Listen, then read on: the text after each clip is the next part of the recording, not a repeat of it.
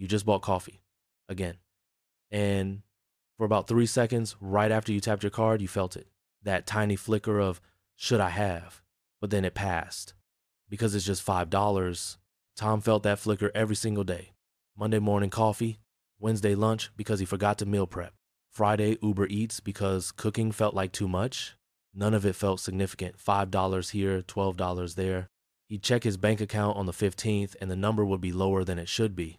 Not catastrophically lower, just disappointing. He'd scroll through his transactions and nothing would jump out. Just small decisions that somehow added up to empty. 3 years of this.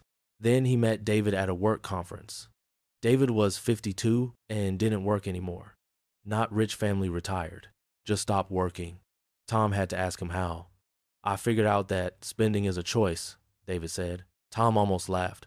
Obviously, everything I buy, I choose to buy. Do you though? David asked. Or do you just do what everyone around you does? That landed differently than Tom expected. That coffee you bought this morning, did you actually want it? Or did you just want to not think about it? Tom thought about his morning, saw the line, joined it automatically, ordered his usual, tapped his card.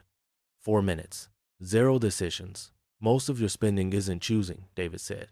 It's flowing. Money comes in, money goes out, and you're just not resisting. Tom realized he was right. He couldn't remember the last time he actually decided to buy something. And here's where it gets interesting. When you buy that coffee, David said, you're not buying coffee. You have coffee at home. You're buying the feeling of not being the kind of person who thinks about $5. Tom felt that in his chest. Once you see what you're actually spending money on, you can decide if it's worth it. Sometimes it is. Sometimes saving 20 minutes is worth $12. But you have to actually decide. Tom started paying attention. Really paying attention. The coffee wasn't about coffee. The Uber Eats wasn't about food. He was spending money to feel like a certain kind of person instead of actually being that person. Every dollar you spend is a trade, David explained. You're trading your time for money at work, then trading that money for something else. Question is, are you making good trades? I spend $6 every morning on parking near my office. Could I park free 10 minutes away? Yeah, but 10 minutes twice a day is 7 hours a month. I value my time at way more than $6 an hour. Good trade.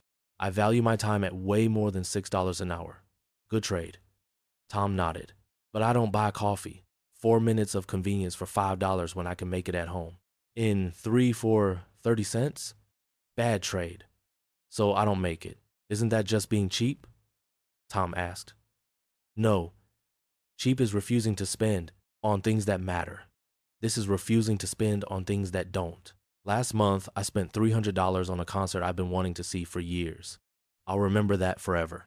But I can't remember a single coffee I bought last month. Tom thought about his own spending.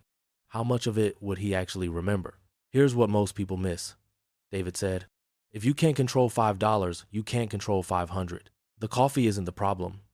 It's practice. It's teaching you that money just flows through your hands.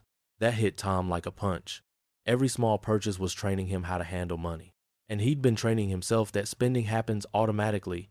No resistance, no choice. So I started asking one question before every purchase, David said. Will I remember this? If yes, I buy it and enjoy it completely. If no, I don't. Tom tried it the next morning. Coffee, would he remember it? No, he didn't buy it. Made it at home, saved $5 and honestly couldn't tell the difference. Wednesday, same thing. Friday, a friend invited him to a new restaurant everyone was talking about. Would he remember it? Probably. He went. Spent $40. Enjoyed every minute. Zero guilt. Because it was a choice, not a flow. But here's what Tom didn't expect. 3 months later, he'd saved more than he had in 3 years.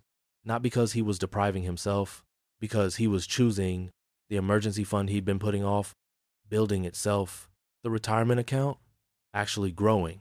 The anxiety when he checked his account, gone. And this is the part that should terrify you. Tom looked at his coffee habit, $5, 5 days a week, $1,300 a year on something he couldn't remember. If he'd saved that 3 years ago and let it grow, it would be $2,000 by now. In 10 years, $5,000. In 20 years, over $13,000. He hadn't just spent $1,300. He'd spent its entire future. Every year of unconscious spending isn't just the money. It's the compound growth you'll never get back. It's the choices you could have had later. It's time you can't buy back. Every purchase is a vote, David told him. You're voting for the life you're building. Most people vote for right now, every day, for years, then wonder why their future never shows up. Tom looked at his spending completely differently now. Not as good or bad, as votes. What was he actually voting for? Because here's the truth nobody wants to hear. You already know all of this. You've always known. You just keep pretending you don't. Every time you tap that card, you know exactly what you're doing. You're choosing today over tomorrow, comfort over freedom, the feeling of normal over the reality of trapped, and you'll keep choosing it day after day until one morning you wake up and you're 57 and still working, and you'll think back to the day and realize you had thousands of chances to choose differently. You didn't lack information. You lacked the spine to act on it. Tom made his choice. He's not special, not smarter, not luckier. He just stopped lying to himself about what his purchases actually meant. The question isn't whether you know what to do. You know. The question is whether you'll keep flowing or finally choose. And you already know the answer, don't you? Thank you for watching. Please subscribe.